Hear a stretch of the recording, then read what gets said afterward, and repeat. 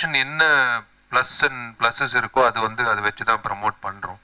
So தமன்னாவோட first time I'm acting இந்த film. So தமன்னாவோட காம்பினேஷனில் அந்த ஸ்டில்ஸ் வெளியிட்டிருக்காங்க. அண்ட் இது வந்து ஒரு எனக்கு ரொம்ப பிடிச்சது என்னென்னா வடிவேலனை அண்ட் சூரி ஒரே ஃபோட்டோகிராஃபில் இடம்பெறுறது வந்து எனக்கு ரொம்ப சந்தோஷமாக இருக்குது.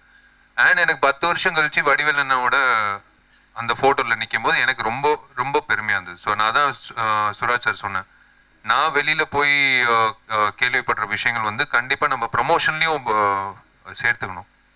வெளியில் என்ன கேள்விப்படுறோன்னா எப்போ வருது இந்த படம் ரிலீஸு, வடிவேலனை இஸ் ஆக்டிங் இந்த ஃபிலிம் அப்படின்னு சொல்லி நிறைய பேர் கேட்டிருக்காங்க, all walks of life.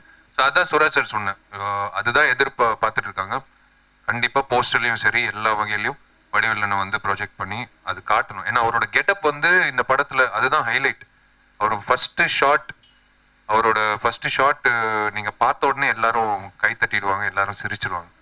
So the best of the film என்னன்றது we wanted to project in the promotion. Vadivelu sir என்னென்னா இப்போ தமிழ்நாட்டு ஜனங்கள் எல்லாம் வந்து இந்த வர்தா புயல், இந்த பணம் பிரச்சனை இதிலெல்லாம் ரொம்ப சிக்கி ரொம்ப கவலையோடு இருக்காங்க. அந்த வர்தா புயலை விரட்டிட்டு ஜனங்களை சிரிக்க வைக்கிறதுக்காக இந்த வைகை புயலை எடுத்து வந்திருக்கிறோம். ரெண்டாவது என்னென்னா வடிவேலனும் கூட நான் ஆல்ரெடி நிறைய ஒர்க் பண்ணியிருக்கிறேன். வடிவேலனுங்கிட்ட ஒர்க் பண்ணுறது என்னன்னு சொன்னால் ஒரு இந்த அளவுக்கு அவர் காமெடியில் பெரிய ஒரு இடத்த பிடிச்சிருக்காருன்னா ரொம்ப சின்சியரான ஒர்க்கர் அவர். அவரை வந்து அதான் சொல்கிறேன், அவர் ஒரு பென்ஸு கார் மாதிரி அவரை கரெக்டான டிரைவர் ஓட்டலைன்னா வண்டியும் போயிடும், டிரைவருக்கும் ஓட்ட தெரியாமல் போயிடும். அவரை முதல் திருப்திப்படுத்தவே முடியாது. அவர் என்ன சொன்னாலும் அது அந்த படத்தில் பேசிட்டேன் பார்த்தா யோசிச்சு பார்த்தா அவர் எல்லா டைலாகும் பேசியிருக்காரு. அப்புறம் என்ன பண்ண புதுசாக டைலாக் பிடிச்சி அவருக்கு சொல்ல வேண்டியதாக இருக்குது. எந்த டைலாக் எடுத்தாலும் அவர் பேசியிருக்காரு. அதனால் அவர் ரொம்ப வந்து நைட்டு ஒரு சீன் பேசிட்டாருன்னா நைட்டு யோசிச்சுட்டு காலையில் வந்து சொல்லுவார், பங்காளி அது ஒரே ஒரு ஷாட் மட்டும் மாற்றி எடுத்துடலாம், அது அந்த படத்தில் பேசியிருக்கேன் அப்படின்னாரு. பங்காளி அதெல்லாம் மறந்துட்டு இருப்பாங்க, ஜனங்க கேட்கவே மாட்டார்.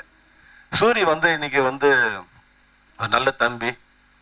இந்த படத்தில் வடிவேலு கூட நடிக்கிறது அவர் ஒரு பாக்கியமாக நினச்சார். ஆனால் இந்த படத்தில் வடிவேலனை நடிக்கிறாரு, அவர் ஒரு பெரிய ஜாம்புவான். நான் வந்து ஓரளவுக்காவது இந்த படத்தில் தெரியணும் அப்படின்னாரு. இல்லை சூரியன், நீங்கள் ஃபர்ஸ்ட் ஹாஃப் நீங்கள் இருப்பீங்க, செகண்ட் ஹாஃப் பங்காளி இருப்பார் அப்படின்னு சொன்னேன். சூரிக்கு வந்து இதை வந்து எந்த விதமான ஈகோவும் இல்லை அவருக்கு. அவர் வந்து வடிவேலனும் சூரியும் நடிக்கிறது இருக்கு இல்லைங்களா, அது வந்து ஒரு நிறைய ஒரு இணைந்து நடிக்கும் சொல்லுவாங்க இல்லைங்களா, அது வந்து நம்ம படம் மூலியமா வந்தது எனக்கு ரொம்ப சந்தோஷமான விஷயம். இந்த ரீஎன்ட்ரி பற்றி கொஞ்சம் கருத்து என்ன? எனக்கானே ஆமாம், நான் ரீஎன்ட்ரி ஆகி ரொம்ப நாள் ஆச்சுண்ணே. சரி. இந்த படத்தில் விஷால் கூட எனக்கு கிடைச்சது வந்து இந்த நகைச்சுவையில் வந்து ஹீரோ இல்லாமல் தனியாக ரொம்ப நாள் சென்று ஹீரோக்கள் கூட சேர்ந்து நடிக்கல. நீ விஷால் கூட இந்த படத்தில் எனக்கு மிகப்பெரிய ஒரு அருமையான கதாபாத்திரம் கிடைச்சிருக்கு. இந்த ஏரியாவில் வந்து நான் ரீஎன்ட்ரி. நீங்கள் எந்த ரீஎன்ட்ரியை கேட்குறீங்க சொல்லுங்கள். அதாவது வடிவேலு இல்லைன்னா இந்த படமே எடுக்க மாட்டேன்னு சொன்னாப்புல, நடிச்சிருக்கவும் மாட்டேன் அப்படின்னாரு. அந்த அளவுக்கு முக்கியத்துவம் இல்லை, அந்த கதையில் அப்படி வந்து அருமையான ஒரு கதாபாத்திரம் இது. அந்த கதாபாத்திரத்துக்கு ரொம்ப பொருத்தமாக இருக்கான் அண்ணன். இந்த கதை ரொம்ப அம்சம் அமைஞ்சிருக்குது அப்படின்னாரு. அவன் டைரக்டர் கதை கேட்டேன். நான் கதையை கேட்டோன்னு எனக்கு ரொம்ப பிடிச்சி போச்சு. இதில் இந்த கதையில் வந்து அந்த நீங்கள் படம் பார்க்குறப்ப தெரியும் அது எதனால் அப்படி சொன்னாருங்கிறத நீங்கள் படத்தில் பார்த்தீங்கன்னா இன்னும் உங்களுக்கு நல்லா தெரியும்ண்ணே. அந்த டாக்டர் மாத்ருபூதத்தை தான் இந்த பூத்து எதிர்பார்க்க இது பண்ணுறாரு. அவர் எனக்கு பழக்கம் கிடையாது, நான் அவர் அதிகமாக பார்த்ததே கிடையாதுண்ணே. நான் பார்த்ததும் கிடையாது, பேசுனது கிடையாது, எனக்கு பழக்கம் இல்லை. அது அந்த அந்த அவர் டாக்டர், அவர் ஏரியா வேற ஏரியா இல்லை அது இங்கே போகிறா, அது லேடி சமாச்சாரம், அது கிடையாதுண்ணே. இது டாக்டர் பூத்ரி, சைக்காட்டி டாக்டர். அந்த டாக்டர் இங்கே வந்து என்ன பாடுபடுறாருங்கிறது தான் இதில் அந்த கதாபாத்திரம். அது ரொம்ப ரொம்ப நாளைக்கு முன்னால் அந்த சொல்லுண்ணே, இந்த படம் ரொம்ப நிறைவு தருதா ஆனால் ரொம்ப ரொம்ப நீங்கள் பாருங்கண்ணே, ஜனங்களுக்கு இந்த நேரத்தில் ரொம்ப மனசுக்கு ரொம்ப சந்தோஷமாக இருக்கும். ரொம்ப நாளாக பொதுவாகவே நம்ம கொஞ்ச நாளாகவே நம்ம தமிழ்நாடு வந்து ரொம்ப பல துயரங்களையும் துன்பங்களையும் சந்திச்சுக்கிட்டு இருக்கு. ஒரு காவேரி பிரச்சனையிலேருந்து ரொம்ப போராடிக்கிட்டு இருக்கு. இதை வந்து மக்கள் யார்ட்டையும் வெளியே சொல்ல முடியலை, பேச முடியலை, என்னவும் செய்ய முடியலை. இதுக்காகவே இந்த படத்தை கொஞ்சம் தள்ளி வச்சார் தயாரிப்பாளர், விசாலி எல்லாம் டயர்ட்லாம் கலந்து நம்ம தள்ளி. ஏன்னா இந்த நேரத்தில் இது வந்து செய்ய முடியாது. ஏன்னா இப்போ வரைக்கும் மக்கள் எல்லாம் எவ்வளவோ துயரங்களையும் துன்பங்களையும் ரொம்ப அனுபவிச்சுக்கிட்டு இருக்காங்க.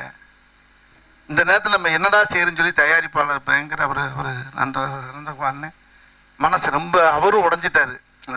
ஏன்னா பணங்காசுகளை போட்டு இதுபோல் மக்கள் வேற ரொம்ப சிரமப்படுற நேரத்தில், இந்த நேரத்தில் இந்த மக்களுடைய இறுக்கத்தையும் மக்களுடைய அந்த அது படுற கஷ்டத்தையும் கொஞ்சமாச்சும் உடைக்கிறதுக்கு தான் சரியான நேரம். கொஞ்சமாச்சும் மக்கள் சிரிக்கணும், சந்தோஷப்படணும்.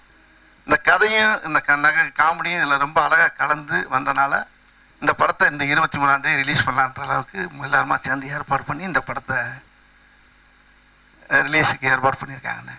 என்எஸ்கேக்கு அடுத்து வடிவேல்னு சொல்லலாமா? நான் எப்படின்னு சொல்ல முடியும்? நானாக சொன்னோம்னா அப்புறம் இது வந்து எல்லாம் ஓவர் ரொம்ப கொழுப்பு வர வர உனக்குன்னு அதை வேற ஒரு பத்திரிகை எழுதி வரும். அது தேவையில்லைன்னு.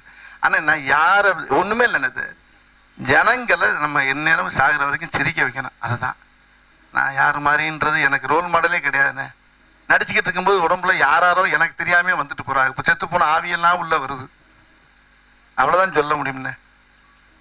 ரொம்ப ரொம்ப ரொம்ப எல்லாரும் ரொம்ப ரசிக்கிற அளவுக்கு இந்த படம். அதே மாதிரி கதையும் அருமையான ஒரு கதை. இன்னைக்கு இருக்க கரண்ட்டுக்கு ரொம்ப பொருத்தமான ஒரு கதையை அமைஞ்சு போச்சு. இந்த படம் தாமதமாக ஆக ஆக ஆக ஆக இந்த படத்துக்கு உள்ள அந்த கதைக்குள்ள மெரிட் ஏறிக்கிட்டே இருக்கு. அந்த நாங்கள் பார்த்தோம். நாங்கள் இந்த நிமிஷம் வரைக்கும் பொங்கலுக்கு வந்து நாங்கள் பிளான் பண்ணியிருந்தோம்.